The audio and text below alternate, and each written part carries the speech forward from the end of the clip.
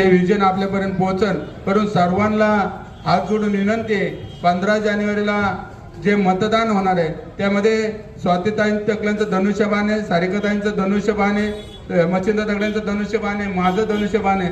आपण सर्वांनी धनुष्यबाणासमोरचं बटन दाबून सर्व चारही उमेदवारांना प्रचंड बहुमताने निवडून द्या. हे चारही उमेदवार निवडून आल्यानंतर निश्चितच नाना भानगेला पुणे महानगरपालिकेत चांगलं पद तुमच्या सर्वांच्या आशीर्वादाने मिळेल.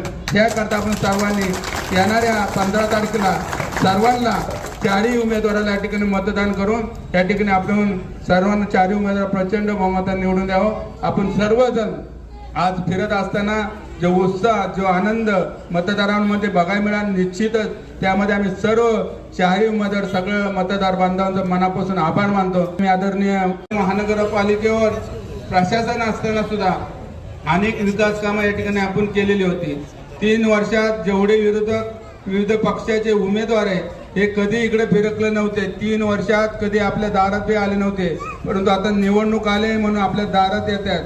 परंतु हा नाना भानगरे शिवसेनेचे चारही उमेदवार प्रत्येक वेळेस ज्या ज्या अडचणी या ठिकाणी येत होत्या त्या अडचणीला धावून आलेलं आहे. श्रीरामाचं मंदिर बांधताना काय अडचण आली, ज्यावेळेस आपली झोपडपट्टी उठवताना कोण आपल्या या ठिकाणी आलं, सर्व वेळेस शिवसेना पक्षाचे प्रत्येक जण या ठिकाणी धावून आलेले.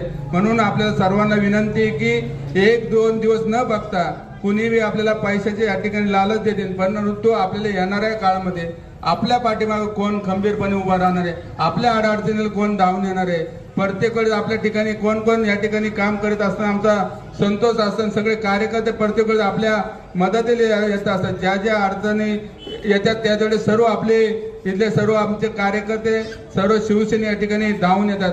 म्हणून कुणीही काही सांगन, पण येणाऱ्या काळामध्ये भविष्यात आपल्याला अजून आपल्या या केशवनगर, आपल्या या कृष्णानगरचा अजून चांगल्या प्रकारचा विकास करायचा आहे. तरुणांना व्यवसाय कसा मिळेल, अशा अनेक कामं, गुन्हेगारी मुक्त कसं होईल